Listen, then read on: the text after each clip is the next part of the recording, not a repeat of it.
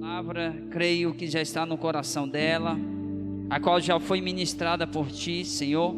Chegou o momento agora dela ser canal de bênção, meu Deus, para esta casa, para a tua igreja, para os teus filhos nessa noite, meu Deus.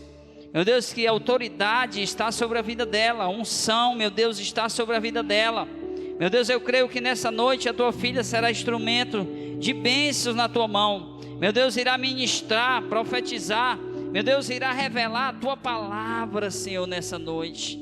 Que os teus filhos possam compreender, Senhor, possam entender a tua palavra, possam receber, Senhor, e colocar a tua palavra em prática. Abençoa a tua filha, Senhor. Assim nós oramos e te agradecemos. Em nome do Pai, do Filho e em nome do Espírito Santo de Deus. Amém. Deus abençoe, viu? Glória a Deus. A paz do Senhor, igreja. Tudo bem? Como é que vocês estão? Tá bem? Show? De bola mesmo ou tá com a bola? Jonilson. Amém, né? Passamos por lutas, mas até aqui o Senhor tem nos sustentado. Estamos aqui para glorificar o nome do Senhor, dizer que Ele é bom o tempo todo, né? Porque sem o Senhor nós não somos nada, nós não somos ninguém, né? Precisamos do Senhor para estarmos de pé. E nós somos gratos. Quem é grato aí ao Senhor? Levanta a mão. Glória a Deus, né? Então hoje eu quero compartilhar com os meus irmãos uma palavra que está em 2 Crônicas. Nós vamos falar de um homem, um rei que teve sim, seu reinado foi muito bom. Foi um bom rei, mas que em determinado momento da sua caminhada, ele fraquejou, né? Ele falhou, mas retrocedeu, refez a rota, né? Como nós dizemos, teve que refazer a rota e aí Deus honrou a vida dele. Quantas vezes, né? Às vezes, quem que nunca teve que refazer essa rota, né? O bom é que a gente não precisa. Eu sempre digo aqui que eu não gosto de ter que começar lá de onde eu parei. É muito bom quando a gente consegue dar seguimento àquilo que o Senhor colocou na nossa vida e não retroceder jamais. Mas Deus conhece a vida de cada um, sabe a necessidade, até onde suporta. Se for necessário refazer a rota, nós vamos refazer. Nós só não podemos nos perder no meio do caminho e não seguir adiante. Amém? Então nós vamos começar aqui a leitura em 2 Crônicas, capítulo 17. Eu quero convidar os irmãos aí para me ajudar. A partir do versículo 3. Se trata do rei, aí está Jeosafá, né? A minha Bíblia está Josafá. Mas amém. Versículo 3, João, por favor. E o Senhor era com Josafá, porque andou nos primeiros caminhos de Davi, seu pai, e não buscou a Balaíns.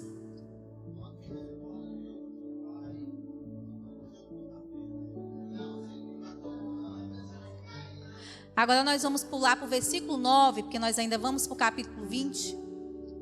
E ensinaram em Judá, levando consigo o livro da lei do Senhor, e foram a todas as cidades de Judá, ensinando entre os povos. A igreja, o versículo 10.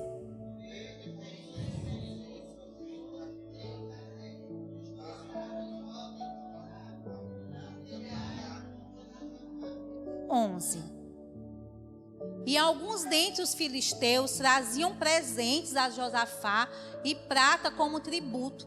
Também os árabes lhe trouxeram gado miúdo, 7.700 carneiros e 7.700 bodes. Igreja 12.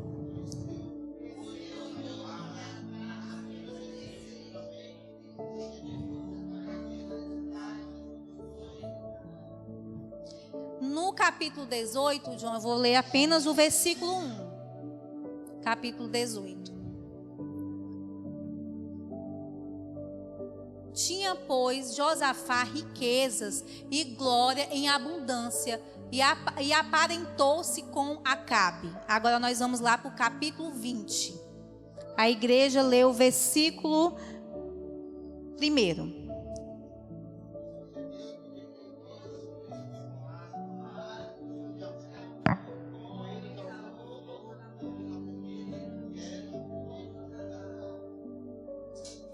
Então vieram alguns que avisaram a Josafá, dizendo: vem contra ti uma grande multidão, da além do mar da Síria, e eis que já estão em Hazazon Tamar, que é em Gedi.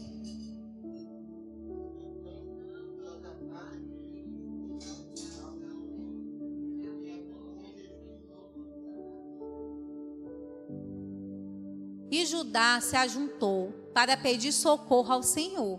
Também de todas as cidades de Judá vieram para buscar o Senhor.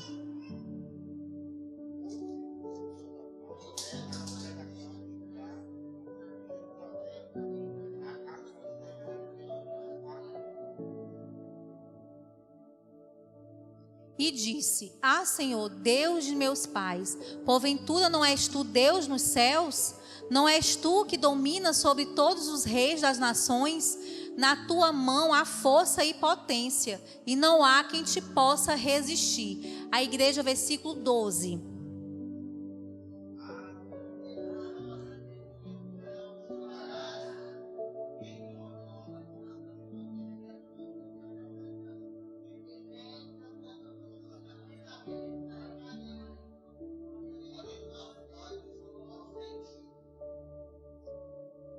E todo Judá estava em pé perante o Senhor, como também as suas crianças, as mulheres e seus filhos.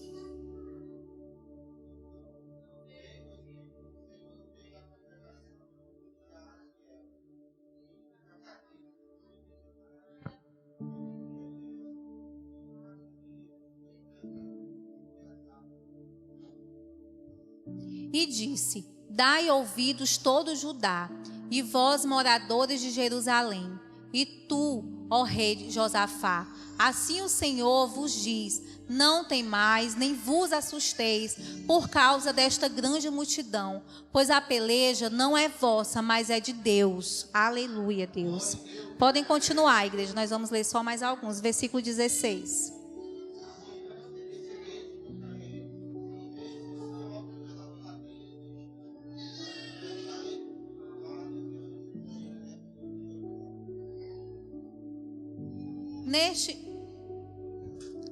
Versículo 17. Nesta batalha não tereis que pelejar.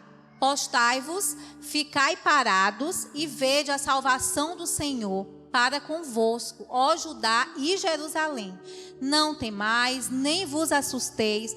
Amanhã saí-lhes ao encontro, porque o Senhor será convosco. Amém? Somente até aqui, tá? Glória a Deus, então. Nós começamos aqui no capítulo 17, tá? Porque eu queria pelo menos explanar um pouquinho para vocês tentarem acompanhar aqui comigo, tá, essa história. Nós começamos falando acerca do reinado de Josafá, para a gente poder entender. Josafá foi o rei de Judá, era filho de Asa, também foi um bom rei para Judá. E como falou a palavra do Senhor, Josafá, ele fez um bom reinado, ele andou nos caminhos do Senhor. A palavra do Senhor diz que ele não construiu postes de ídolo, muito pelo contrário, se a gente ler ela toda, a gente vai entender que ele retirou, então ele ficou um marco na história dele, por ele lutar contra a idolatria naquele lugar, aquele lugar que era repleto de idólatras, né? Então estava indo tudo muito bem. Nós lemos também que ele era próspero, ele recebia muitos presentes, né? Como a gente vê, não sei quantas cabeças de animais. Então ele era um rei próspero.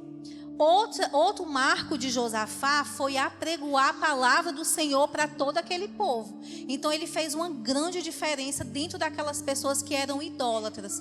Ele pregou a palavra e através daquela atitude as pessoas respeitaram Josafá. Eles não se levantaram contra a vida de Josafá nem contra aquele povo. O Senhor colocou no coração daquele povo um temor. Até aí tudo bem, né? Estava tudo maravilhoso. A caminhada de Josafá estava perfeita. Ele era um rei próspero, era um bom rei para aquele povo, cuidava da segurança. Ele tinha tudo nas mãos dele, ele era organizado. Se a gente falar de empresa, ele era um excelente gestor, né? Porque ele delegava, ele organizava, ele tinha tudo ali na palma da mão, ele tinha um controle sobre todas as coisas. E Deus era com ele, que era o principal. Deus era com Josafá. Só que acontece que às vezes as pessoas se perdem, né? Porque quanto mais tem, mais quer, mais poder. Foi o que aconteceu com Josafá. Foi se afiliar logo a quem? Ao rei Acabe. Nós conhecemos um pouco da história do rei Acabe. Era aquele esposo de Jezabel. Aquele povo, aquele rei mau, né? Ele era um homem ruim mesmo.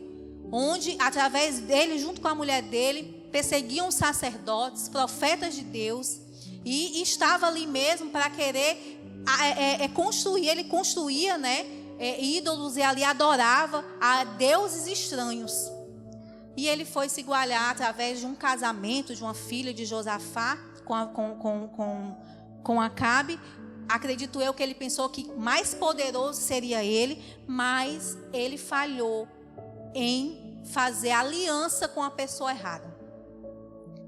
Quantas pessoas cristãs que estavam tão bem na presença do Senhor, estava sendo próspero na sua vida espiritual, na sua família, no seu trabalho, na obra. Era aquela pessoa que eu ouvi já falar, até aqui mesmo quando eu era do ministério, essa pessoa era uma bênção.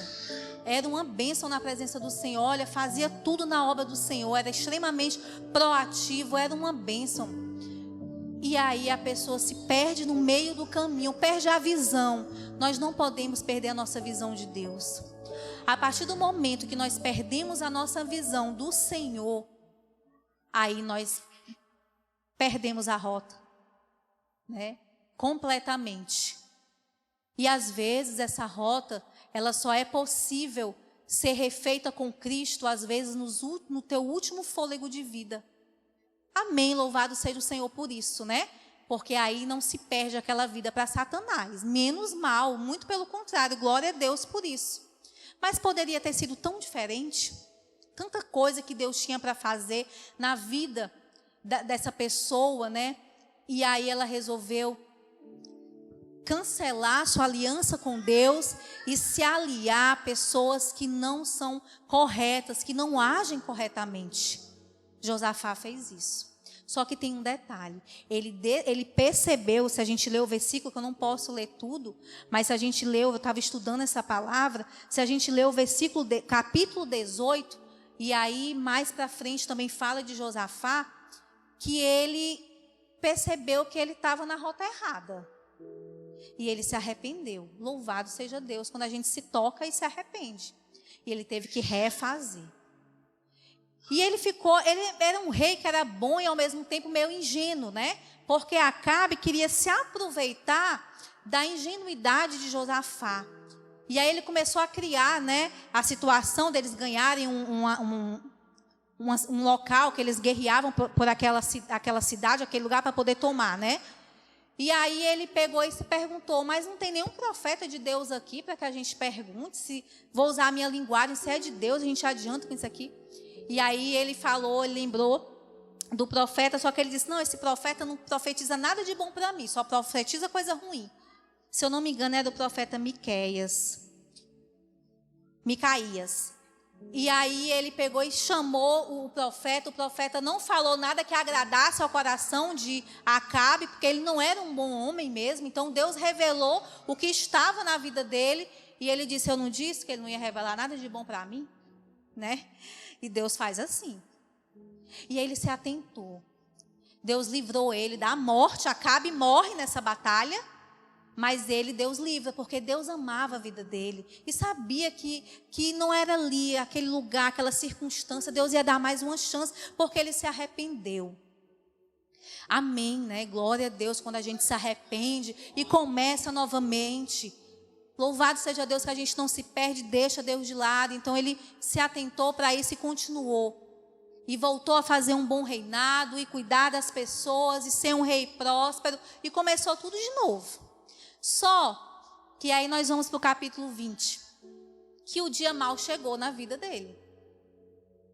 E chegou uma peleja, né, Fernanda? Sabe aquela peleja que chega na tua vida que tu diz assim, Senhor, não vai dar. Né, Nancy? Quantas vezes tu olhou e disse, eu não aguento mais isso aqui. Não vejo solução para esse negócio. Me tira disso aqui, porque senão eu vou enlouquecer. E aí aconteceu com Josafá. Ele olhou e disse, não, é impossível conseguir vencer. Chegaram até ele, né? Lá no versículo 20 disse que vinha uma grande multidão contra ele. Ele não tinha gente suficiente para poder encarar aquela situação. E eu acho lindo o que ele fez. Como um homem de Deus, será que nós estamos nos direcionando corretamente?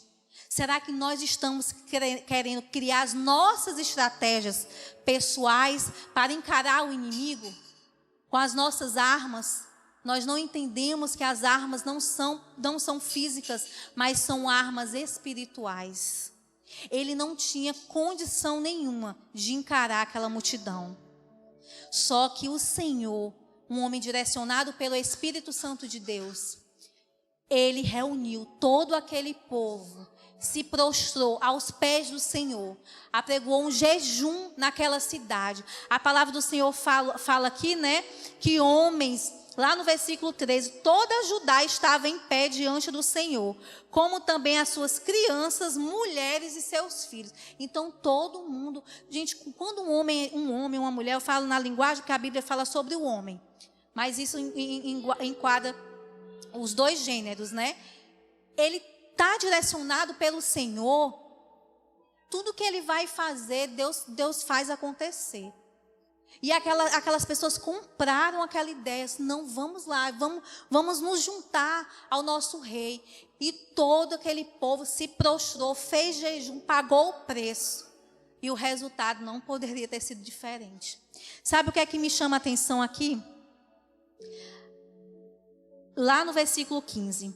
E disse, dai ouvidos todo Judá, e vós moradores de Jerusalém, e tu, ó rei Josafá, ao que vos diz o Senhor, não temais, nem vos assusteis por causa desta grande multidão, pois a peleja não é vossa, mas é de Deus. Sabe o que é que o Senhor está falando comigo e contigo essa noite? Essa peleja não é tua, meu irmão. Essa peleja não é minha, essa peleja é do meu Deus. Me lembro que quando eu aceitei a Jesus, eu estava passando por uma peleja, né? Minha mãe estava enferma, estava com CA. E o meu marido, que hoje é meu marido, nós tínhamos terminado nosso noivado, né? E aquele homem, o Emerson estava comigo lá, ele que me levou, no dia que eu aceitei a Jesus. E aí eu fui e ele disse, olha, essa peleja não é mais tua. Essa cruz que tu está carregando agora é do Senhor. E é assim que Ele faz. Ele tira a cruz pesada dos nossos ombros e carrega por nós. Ou você acha que você ia conseguir estar aqui contando a história se não fosse Deus lhe sustentando? É o Senhor na nossa vida, meu irmão. E aí ele falou, né? Josafá teve medo. Um homem de Deus, um homem com experiências ganhas de batalhas, mas ele teve medo. É normal sentir medo? É muito normal. Você não é sobrenatural, você tem as suas emoções. Então, quando chega um diagnóstico lá, né, irmã Lourdes viveu isso, onde traz dúvida no coração da gente, onde chega o desemprego, que você diz, agora, como é que eu vou pagar essa dívida que eu acabei de adquirir? Quando o dia ruim chega, dá medo. Mas se nós confiarmos em Deus, nos prostrarmos e for fiel ao Senhor na bonança e na escassez, Ele vai honrar a nossa vida. E o deserto faz parte da nossa caminhada, porque senão seria muito bom, só coisa boa. A gente não ia valorizar. E lá no versículo 17, não, que era aquele que ele fala que a gente não tem que se mover, Júnior. Qual era que eu estava? Acho que era o 17. Nesse encontro não... É esse mesmo. 17. Nesse encontro não tereis de pelejar. Tomai a posição, ficai parados e vede salvamento que o Senhor vos dará. Ó Judá e Jerusalém, não temais mais uma vez e nem vos assustei. Amanhã saí ao encontro do Senhor convosco. Olha só, irmãos. Parado. Posição. O que é que o Senhor nos fala essa noite? A peleja não é nossa, é de Deus. Por que a gente vai sair por aí fazendo o que a gente quer, o que dá na telha? o Senhor disse que a gente tem que ficar só na posição. Qual é a posição do crente? É estar buscando a Ele, sendo fiel ali, fazendo a obra dEle. Quantas vezes eu acredito que o Emerson, que o pastor Diogo, eu mesma, Fernanda, subimos aqui, Nancy no começo, quando começou a passar por batalha, subimos aqui nesse altar para fazer uma live, só Deus sabe como é que nós estávamos. Só Deus contemplava como que nós estávamos. E nós dissemos, nós vamos lá, nós não vamos abandonar essa obra. Teve um dia que eu chorei tanto, a live inteira, né? Que a Fernanda, quando terminou, ela veio aqui e me deu um abraço, porque eu estava passando por um momento muito difícil da minha vida naquele dia, mas eu disse, eu vou fazer sim, Senhor, a tua obra. É muito bom eu estar fazendo a tua obra só quando tu está me dando tudo, quando está tudo bem, né? No momento difícil é que eu tenho que honrar a tua vida também, Senhor. Eu chorei a live inteira, mas o Senhor honrou a minha vida, meu irmão. Então o Senhor nos disse para a gente ser fiel a Ele. Ficar na posição. A posição não é sair daqui porque se aborreceu e eu vou me embora, eu não quero mais saber. Porque a luta está grande, também não quero mais saber de Deus. A posição é continuar no mesmo lugar que tu teve quando estava tudo bem. É permanecer naquele lugar. E não sair.